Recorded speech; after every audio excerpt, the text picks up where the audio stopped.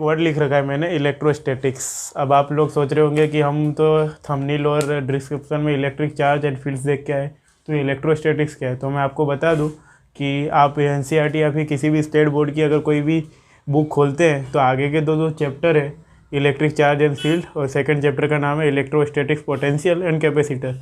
वो दोनों के दोनों एक अच्छी सी बुक में एक ही यूनिट में कंबाइन करके आ जाते हैं। ठीक है, तो फर्स्ट जो चैप्टर है हमारा, फर्स्ट एंड सेकंड, उसका नाम है electric charges and fields, and second chapter का नाम है इलेक्ट्रोस्टैटिक्स पोटेंशियल एंड कैपेसिटर। ठीक है, तो आगे के दो चैप्टर में आप जो भी पढ़ोगे वो इलेक्ट्रोस्टैटिक्स में आता है। कोई भी अगर अच्छी सी रेफरेंस बुक आप उठा के देख लो। खैर, इलेक्ट्रोस्टैटिक्स क्या है वो हमारा टॉपिक नहीं है, तो भी एक छोटा सा डेफिनेशन हम देख लेते हैं इलेक्ट्रोस्टैटिक्स क्या है। तो electrostatics meaning the branch of physics in which we deal with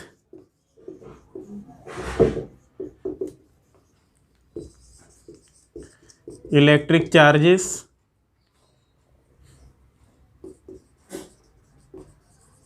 at rest। Means आगे के दो चैप्टर है जो इलेक्ट्रोस्टैटिक्स में आते हैं, उन वहाँ पे हम इलेक्ट्रिक चार्जेस को किसी भी तरह का सप्लाई नहीं देंगे, वो रेस्ट पे होंगे। और रेस्ट पे भी होंगे अगर वो एक दूसरे पे फोर्स भी लगा रहे होंगे किसी टाइप का, तो उसका जो वेलोसिटी होगी वो इतनी ज़्यादा नहीं होगी, उनको हम रेस्ट पे ले सकते हैं। ठीक है, तो एक चीज़ के नीचे मैंने अंडरलाइन की इलेक्ट्रिक चार्जेस। तो इलेक्ट्रोस्टैटिक्स को पूरा सीखने के पहले हमें इलेक्ट्रिक चार्जेस सीखना बहुत ज़रूरी है, और वही आपके फर्स्ट चैप्टर का फर्स्ट टॉपिक है, इलेक्ट्रिक चार्जेस। तो इलेक्ट्रिक क्या, तो इलेक्ट्रिक चार्ज को समझने के लिए मैं एक एग्जांपल लूँगा कि मैं सबसे पहले एक प्रोटॉन लूँगा, एक इलेक्ट्रॉन लूँगा। जब मैं प्रोटॉन और इलेक्ट्रॉन को एक साथ रखता हूँ, then they attract each other, attract. ठीक है, प्रोटॉन और इलेक्ट्रॉन एक दूसरे को अट्रैक्ट करते हैं। फिर जब मैं प्रोटॉन और प्रोटॉन साथ में रखता हूँ तब वो रिपल कर रहे एक दूसरे को। ठीक है, अब फिर इलेक्ट्रॉन और इलेक्ट्रॉन को भी साथ में रखता हूँ तब क्या करेंगे, तब भी ये रिपल कर रहे हैं एक दूसरे को, रिपल्स। ठीक है, ये तो बात हुई प्रोटॉन और इलेक्ट्रॉन की। अब मैं एक नया केस लेके आ जाता हूँ, एक नया पार्टिकल लेके आ जाता हूँ साथ में इनके, जो है न्यूट्रॉन। तो जब मैं प्रोटॉन के साथ न्यूट्रॉन को रखता हूँ, दैट इज न्यूट्रॉन, तब ये किसी भी तरह का कोई भी फोर्स नहीं दिखाता है। फिर इलेक्ट्रॉन के साथ न्यूट्रॉन को रखता हूँ तब भी ये कुछ नहीं बताता है। ठीक है, और जब न्यूट्रॉन और न्यूट्रॉन साथ में रहते हैं तब भी किसी भी तरह का कोई फोर्स नहीं होता है। इसका मतलब क्या, इसका मतलब ये है, तो एक कैलकुलेशन हम निकाल सकते हैं कि प्रोटॉन और इलेक्ट्रॉन के पास ऐसा कुछ है जो न्यूट्रॉन के पास नहीं है। और एक चीज़ मैं बता दूं कि प्रोटॉन, इलेक्ट्रॉन और न्यूट्रॉन हो तीनों के पास ही मास है, तो मास की वजह से तो ये सब नहीं हो रहा है। एक चीज़ ये भी है। ठीक है, तो प्रोटॉन, इलेक्ट्रॉन और न्यूट्रॉन में सबसे ज़्यादा मास न्यूट्रॉन का है, बट इसके पास ऐसा कुछ नहीं है जो प्रोटॉन और इलेक्ट्रॉन के पास है, that is called electric charges. तो मैं इलेक्ट्रिक चार्जेस का एक डेफिनेशन लिखूंगा, इलेक्ट्रिक चार्ज। ठीक है, तो यहाँ से कंक्लूजन से मैं क्या बोल सकता हूँ, प्रोटॉन एंड इलेक्ट्रॉन हैज मास। ठीक है, प्रोटॉन और इलेक्ट्रॉन के पास मास है, एज वेल एज समथिंग, है ना, something neutron do not have, that is called electric charge. ठीक है, ये एक डेफिनेशन हो गई इलेक्ट्रिक चार्ज की, और ये कंक्लूजन हमने निकाला कि इलेक्ट्रॉन और प्रोटॉन के पास ऐसा कुछ है जो न्यूट्रॉन के पास नहीं है, that is called electric charge. अब मैं आता हूँ आपकी बुक की जो एनसीईआरटी में जो डेफिनेशन और जो भी इलेक्ट्रिक चार्जेस के बारे में डिस्क्रिप्शन दिया है वो मैं बताता हूँ कि इलेक्ट्रिक चार्जेस के बारे में और क्या क्या बताया है एनसीईआरटी। अब मैं आपकी एनसीईआरटी बुक में इलेक्ट्रिक चार्ज को किस तरह से बताया गया है मैं वो बताऊंगा। तो इलेक्ट्रिक चार्ज को डिफाइन किया गया है कुछ इस तरह से एनसीईआरटी में। इलेक्ट्रिक चार्ज, ठीक है। इलेक्ट्रिक चार्ज को हम मास के साथ कंपेयर करते हैं, यानी कि मास जितना फंडामेंटल प्रॉपर्टी है किसी भी सबस्टेंस का, उसी तरह से इलेक्ट्रिक चार्ज भी किसी भी सब्सटेंस की फंडामेंटल प्रॉपर्टी है। तो मैं ये लिख सकता हूँ, the electric charge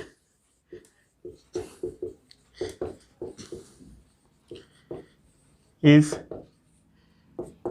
intrinsic property of any material या सब्सटेंस, ठीक है। इलेक्ट्रिक चार्ज फंडामेंटल प्रॉपर्टी है किसी भी मटेरियल की। और इलेक्ट्रिक चार्ज कैसा है? Charge is scalar quantity, T, ठीक है। मीन्स इसकी डायरेक्शन नहीं होती है। और थर्ड चीज क्या? Unit of electric charge, unit of electric charge क्या होगा? कूलम्ब, जिसको हम कैपिटल सी से भी डिनोट करते हैं, ठीक है। इलेक्ट्रिक चार्ज का जो यूनिट हो गया वो कूलम्ब हो गया। और एक चीज़ मैंने अभी एग्जांपल में बताया कि प्रोटॉन और इलेक्ट्रॉन अट्रैक्ट ईच अदर्स। और हम इलेक्ट्रोस्टैटिक्स या फिर इलेक्ट्रिक चार्जेस के बारे में जाने इसके पहले हम जान चुके थे कि मैग्नेटिज्म क्या है। और हम जान चुके थे कि नॉर्थ और साउथ पोल एक दूसरे को क्या करता है? अट्रैक्ट करता है। और नॉर्थ और नॉर्थ पोल एक दूसरे को रिपल्स करता है। यानी हम इतना जान चुके थे, जो हमारा नेचर है वो अपोजिट चीज़ को अट्रैक्ट कराता है और सिमिलर चीज़ को रिपल्स कराता है। इसका मतलब ये था कि प्रोटॉन और इलेक्ट्रॉन पे कुछ अपोजिट साइन है। तो हमने यहाँ से एक और कंक्लूजन निकाला था कि प्रोटॉन हैज़ पॉजिटिव चार्ज, है ना, and electron has negative charge, ठीक है। और उस कंक्लूजन में हमने एक और चीज़ निकाला। क्या निकाला? कि न्यूट्रॉन इज चार्जलेस, न्यूट्रॉन के पास कोई भी चार्ज नहीं है, ठीक है। अब मैंने एक चीज़ और बताया कि ये मटेरियल की फंडामेंटल प्रॉपर्टी है या फिर इंट्रिंसिक प्रॉपर्टी है। तो इसके मास के साथ क्या क्या सिमिलरिटी है वो देख लेते हैं हम।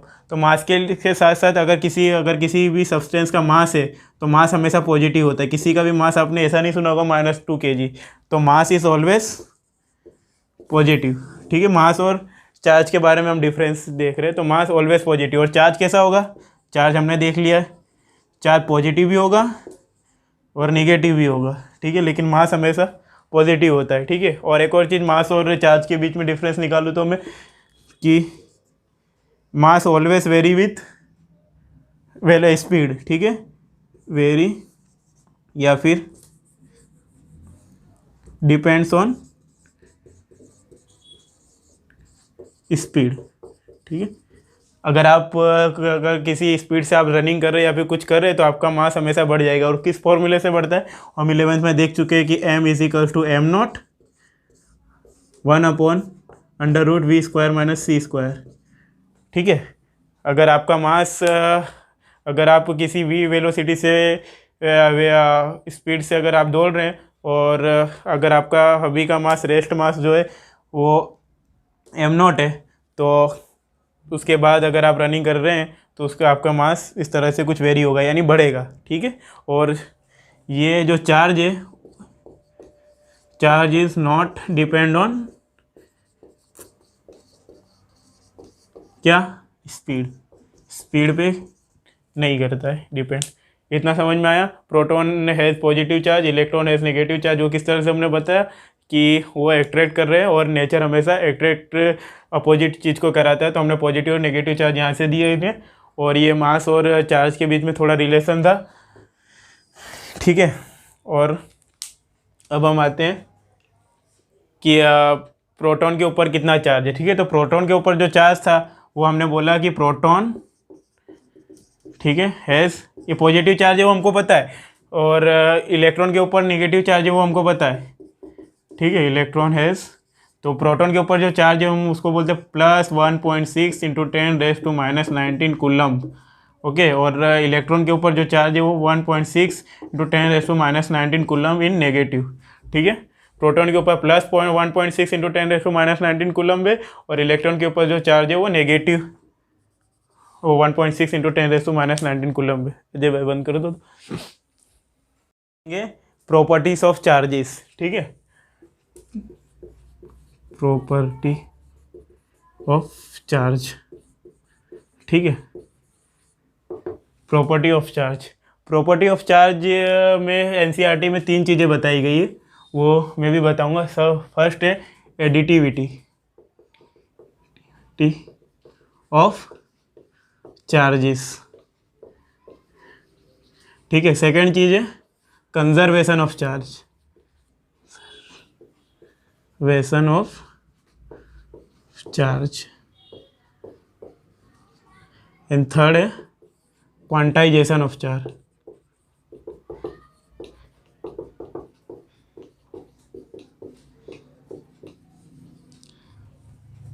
ये 3 चीज़ें मैं सीखा हूँ, उसके पहले एक चीज़ मैं सिखाना चाहूँगा आप लोगों को, और ये तीनों चीज़ अपने आप आपको आ जाएगी, ठीक है। फिर मैं आपको एनसीईआरटी के अकॉर्डिंग डेफिनेशन और क्या क्या है, एडिटिविटी, कंजर्वेशन और क्वांटाइजेशन क्या है, और उसके पहले एक एग्जांपल लेते और एक अपने आप से क्वेश्चन कीजिए, how we can feel charges,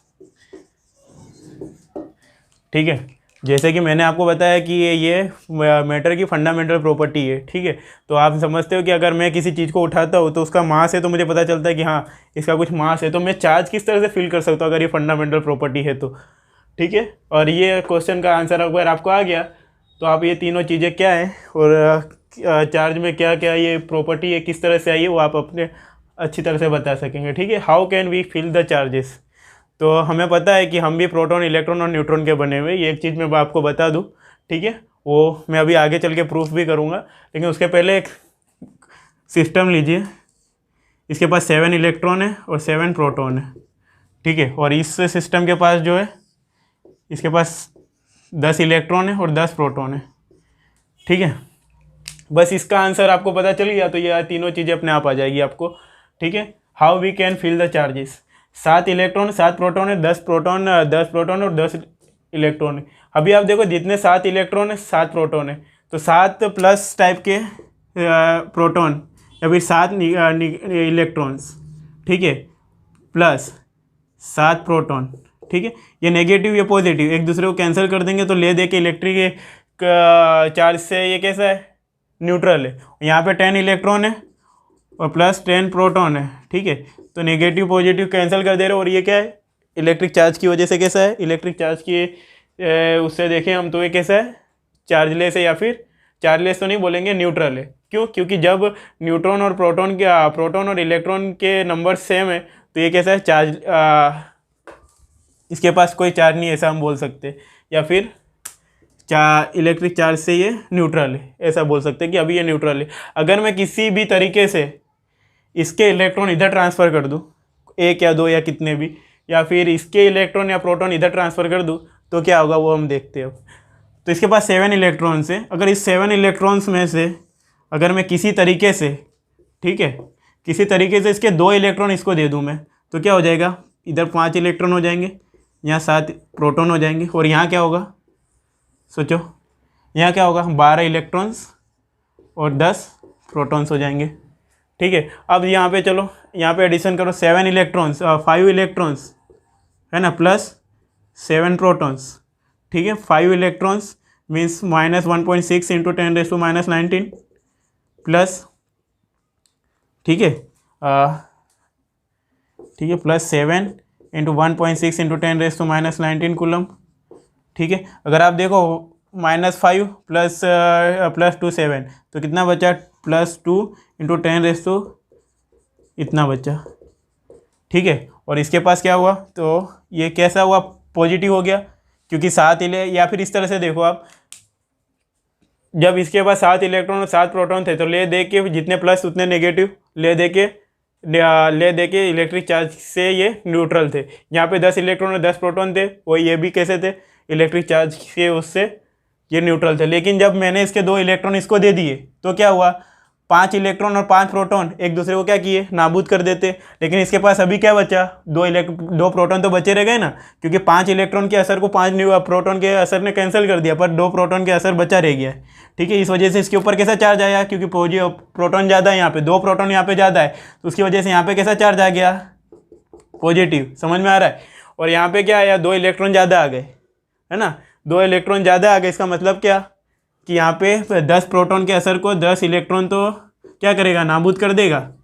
ठीक है, लेकिन कितना बच गया, 2 इलेक्ट्रॉन और बच गया, तो ये क्या आ गया यहाँ पे, नेगेटिव चार्ज। इसका मतलब क्या कि जब हम किसी मटेरियल पे से इलेक्ट्रॉन्स निकालते हैं, ठीक है, तब वो मटेरियल किस तरह का बनता है, पॉजिटिव आयन बनता है। और जब किसी पे हम इलेक्ट्रॉन रख देते तो वो नेगेटिव आयन बनता है।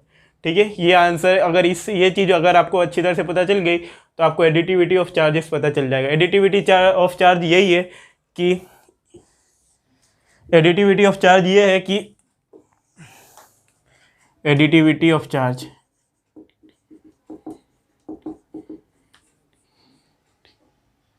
एडिटिविटी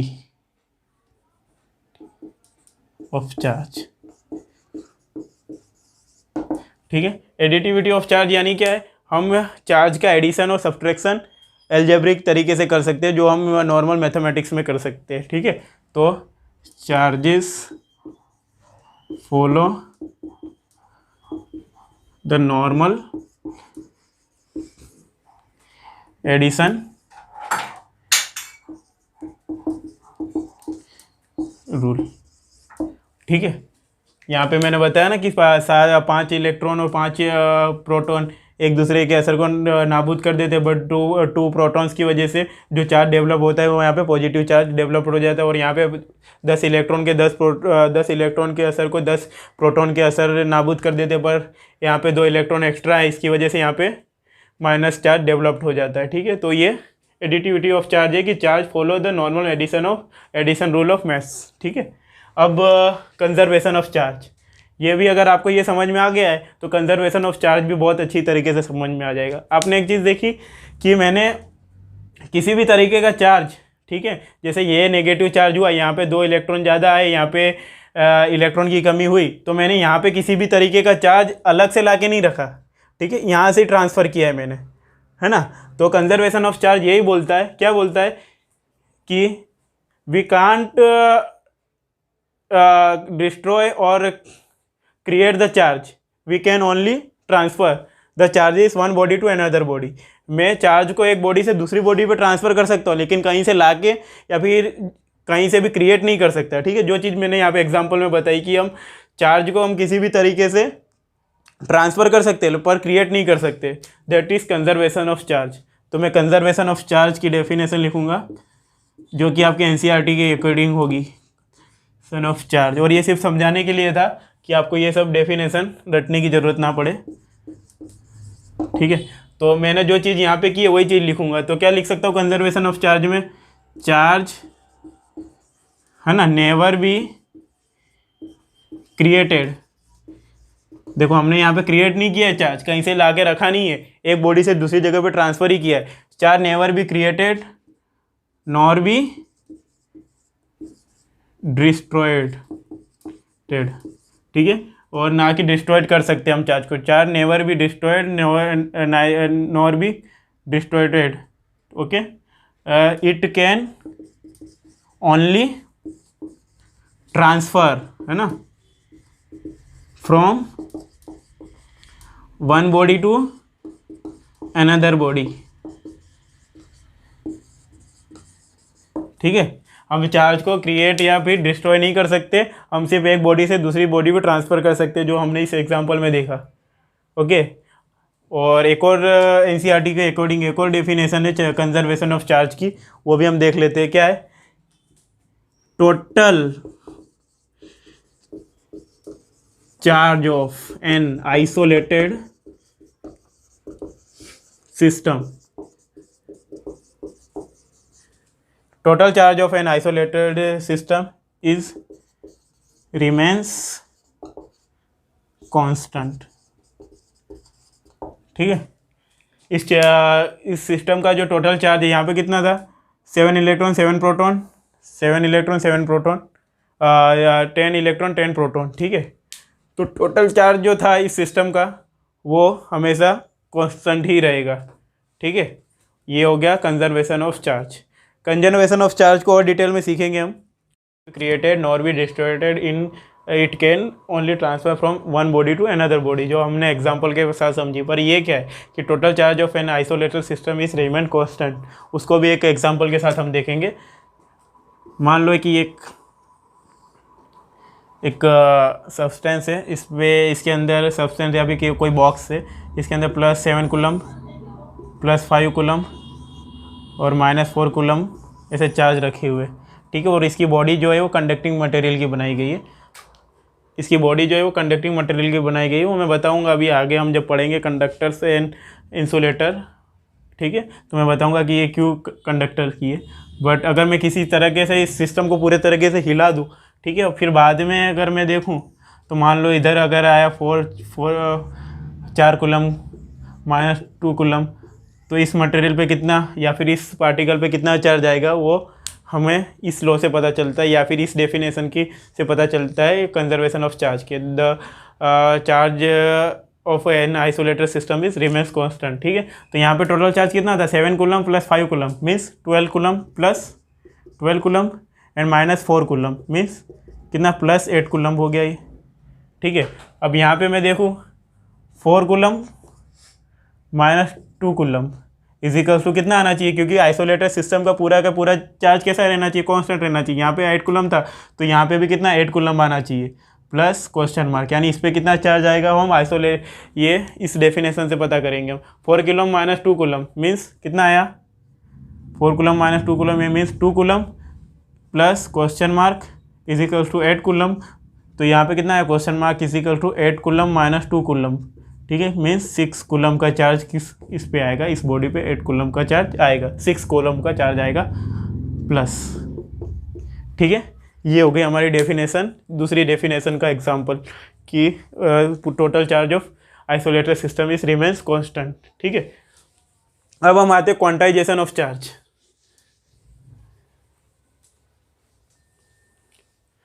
ठीक है, क्वांटाइजेशन ऑफ चार्ज, तो मैंने फिर से वही एग्जांपल लिया था और मैंने बताया कि how can we feel the charges, हम चार्ज को किस तरह से फील कर सकते हैं। वो मैंने बताया कि अगर किसी बॉडी पे से या फिर किसी भी मटेरियल पे से अगर हम इलेक्ट्रॉन को ट्रांसफ़र कर दे, ठीक है, इलेक्ट्रॉन इसलिए मैं बोल रहा हूँ क्योंकि प्रोटॉन को इतना जल्दी आप किसी भी सब्सटेंस से ट्रांसफ़र नहीं कर सकते।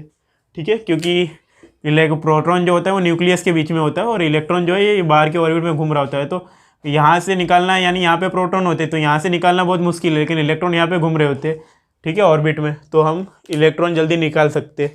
ठीक है, तो इसलिए मोस्ट ऑफ जो चार्ज ट्रांसफ़र होता है वो इलेक्ट्रॉन की वजह से ही होता है। ठीक है, तो क्वांटाइजेशन ऑफ चार्ज, तो मैंने वो एग्जांपल लिया था कि 7 इलेक्ट्रॉन 7 प्रोटॉन 10 इलेक्ट्रॉन 10 प्रोटॉन था। उसमें जब मैंने इलेक्ट्रॉन या प्रोटॉन का ट्रांसफ़र किया था तो मैंने कहीं पे भी, याद करो, मैंने बताया कि how can we feel the charges. अगर वो चीज़ अगर आपको आ गई तो ये सब चीज़ें आ जाएगी। तो 2 चीज़ें तो हमने सीख ली कि मैंने कहीं से भी बॉडी पे जो चार्ज रखे वो कहीं से अलग से लाके नहीं रखे, वही एक जगह से दूसरी जगह ट्रांसफ़र किया, वो कंजर्वेशन ऑफ चार्ज हुआ। एडिटिविटी ऑफ चार्ज भी मैंने बताया कि ये नॉर्मल मैथमेटिकल के एडिशन को वो करता है, फॉलो करता है। तो क्वांटाइजेशन ऑफ चार्ज भी मैं उसी तरीके से सिखाऊंगा। तो याद करो, जब मैंने 7 इलेक्ट्रॉन वाले मटेरियल में से 2 इलेक्ट्रॉन वहाँ निकाला था, तो मैंने कहीं से भी या फिर कहीं किसी भी तरीके से 1.5 इलेक्ट्रॉन नहीं निकाला, है ना, या फिर आधा इलेक्ट्रॉन नहीं निकाला, ठीक है, या फिर 1/4 इलेक्ट्रॉन नहीं निकाला। तो यही क्वांटाइजेशन ऑफ चार्ज का रूल है। क्या क्वांटाइजेशन का मतलब क्या? तो क्वांटाइजेशन का मतलब ही यही है कि anything is available in fixed amount, ठीक है। तो आप डायरेक्टली ये बोल सकते हो कि क्वांटाइजेशन ऑफ चार्ज और कुछ भी नहीं है। आप ये बोल सकते हो कि किसी भी मटेरियल में से आप चार्ज को इसे फ्रिक्शनल में नहीं निकाल सकते, आप एक फिक्स्ड अमाउंट में ही निकाल सकते हैं, यानी 1 इलेक्ट्रॉन 2 इलेक्ट्रॉन 3 इलेक्ट्रॉन या फिर 1 प्रोटॉन 2 प्रोटॉन 3 प्रोटॉन के टर्म में ही निकाल सकते हैं। ये क्वांटाइजेशन ऑफ चार्ज है कि आप फ्रिक्शनल में चार्जेस नहीं निकाल सकते। अब आपके अकॉर्डिंग, आपके एनसीईआरटी के अकॉर्डिंग में हम देख लेते हैं कि क्वांटाइजेशन ऑफ चार्ज क्या है। ठीक है, तो क्वांटाइजेशन ऑफ चार्ज के एक फिर से हम एनसीईआरटी, एक तो मैं समझा रहा हूँ, अब मैं आप किस तरह से लिखूंगा एनसीईआरटी या फिर किसी भी टेक्स्ट बुक या फिर आपको किसी भी एग्जाम में लिखना है वो डेफिनेशन, तो किस तरह से लिखना है वो मैं अब लिख रहा हूँ। तो क्वांटाइजेशन ऑफ चार्ज तो क्या है, क्वांटाइजेशन ऑफ चार्ज, ठीक है, इसकी डेफिनेशन। ठीक है, क्वांटाइजेशन ऑफ चार्ज तो क्या लिखेंगे हम क्वांटाइजेशन ऑफ चार्ज में, द स्मॉलेस्ट, ठीक है, charge that can be exist, ठीक है, सबसे छोटा जो चार्ज है वो एग्जिस्ट करता है। ठीक है, the smallest charge that can be exist independently, ठीक है, डेंटली is charge on one electron या फिर एन इलेक्ट्रॉन लिख दो तो पता चलेगा कि सबसे छोटा जो चार्ज वो इंडिपेंडेंटली जब एग्जिस्ट करता है वो कम से कम आप एक इलेक्ट्रॉन का ही चार्ज एग्जिस्ट करता है इंडिपेंडेंटली। ठीक है, एन इलेक्ट्रॉन, ठीक है, ये है कि आप किसी भी बॉडी पे से एक इलेक्ट्रॉन, दो इलेक्ट्रॉन या तीन इलेक्ट्रॉन इस तरह से इंटीजर में निकाल सकते हैं इलेक्ट्रॉन या प्रोटॉन्स को। ठीक है, तो एक क्वांटाइजेशन ऑफ चार्ज का जो इक्वेशन वो क्या बोलते हैं, Q is equal to N E, ठीक है, प्लस और माइनस। ठीक है, अगर इलेक्ट्रॉन रखें तो वो पॉजिटिव चार्ज हो जाएगा और निकालें तो नेगेटिव चार्ज हो जाएगा, इसलिए प्लस और यहाँ पे n क्या है, शुड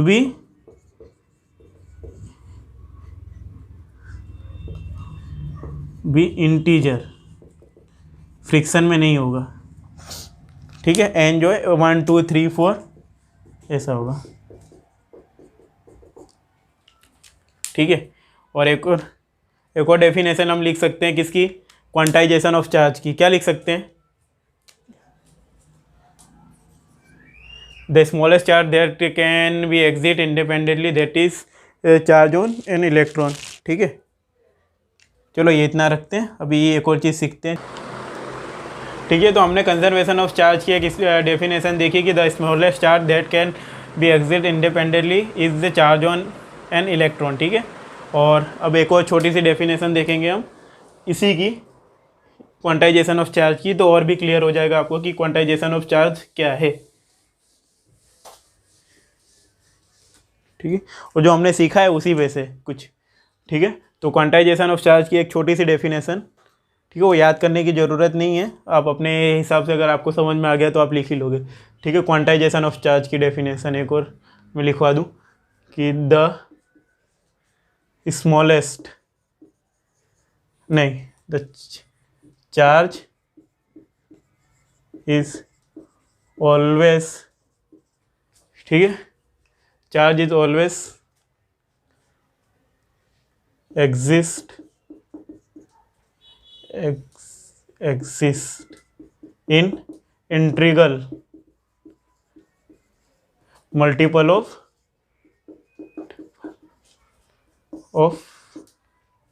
one electron charge,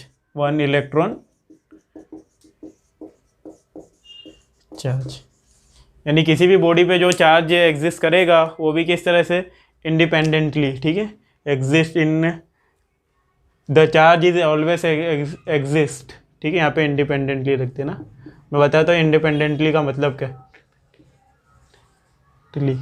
ठीक है, तो एक क्वांटाइजेशन ऑफ चार्ज हुआ कि आप किसी भी मटेरियल पे से जो इलेक्ट्रॉन्स है वो किस तरह से निकाल सकते हो, एक फिक्स्ड अमाउंट में निकाल सकते हैं, वो आधा, डेढ़, 3, 3.5, 3 तो निकाल सकते, 3.5 जैसे इलेक्ट्रॉन्स नहीं निकाल सकते। ठीक है, ये क्वांटाइजेशन ऑफ चार्ज का रूल है। ठीक है, तो एक छोटा सा एग्जांपल देखते हैं हम, फिर पता चले, उससे हमको आइडिया आ जाएगा कि क्वांटाइजेशन ऑफ चार्ज क्या कहता है। तो मैं एक एग्जांपल कराऊंगा। ठीक है, एग्जांपल ये सिर्फ क्वांटाइजेशन ऑफ चार्ज को समझने के लिए। तो ये एक एग्जांपल समझिए कि एक क्वेश्चन है, कैन वी ट्रांसफ़र द, ठीक है, नेगेटिव, ठीक है, 1.6 into 10⁻⁻19 sorry 16 into 10⁻⁻18 coulomb charge, ठीक है, फ्रॉम एनी मटेरियल। ठीक है, ये क्वेश्चन है कि क्या हम किसी भी बॉडी में से 16 × 10⁻⁻18 कूलम जितना चार्ज ट्रांसफ़र कर सकते हैं किसी मटेरियल में से। अगर तो हम क्या लगाएंगे, Q, यानी कि चार्ज कितना डेवलप्ड होगा वहाँ पे इज इक्वल टू एनी। ठीक है, E हमें पता है, चार्ज इसने दे दिया है कि इतना डेवलप्ड होगा। तो अगर N की वैल्यू अगर इंट्रीगल आ गई 50, 51, 52, ठीक है, तो हम इतने ट्रांसफ़र कर सकते हैं। अगर 51.2 आई तो वो चार्ज इतना हम ट्रांसफ़र नहीं कर पाएंगे। चलो चेक इट। तो Q इज इक्वल टू, तो ठीक है, तो N को मैं यहाँ से सब्जेक्ट बनाऊंगा तो क्या होगा, Q/E। Q कितना है हमारा दिया हुआ है 1.6 × 10⁻18 कूलम। ठीक है, इतना चार्ज हुआ है वो। और E कितना है 1.6 × 10⁻19। ठीक है, ये 19 ऊपर जाके +19। ठीक है, तो 16/1.6, ये +19 मीन्स ये हो जाएगा 10। ठीक है, -18 + 19 10, 1.6 ऊपर। ठीक है, तो ये 1.6 कितने बार 10 टाइम 10 या 100। N is equals to 100। देखा N कितना है, आप कितने ट्रांसफ़र करोगे इलेक्ट्रॉन 100, और 100 क्या है, एक इंटीजर है। अगर 99.1 आ गया होता तो इतना चार्ज हम नहीं ट्रांसफ़र कर पाते। ठीक है, ये 100 आया, यानी एक इंट्रीगल नंबर आया है इतना, यानी कि इतना चार्ज हम दे सकते। तो यहाँ क्या लिखेंगे हम, यस। ठीक है, ये समझ में आया गया होगा क्वांटाइजेशन ऑफ चार्ज। अब थोड़ा सा एक्सटर्नल नॉलेज ले लें हम क्वांटाइजेशन ऑफ चार्ज के बारे में।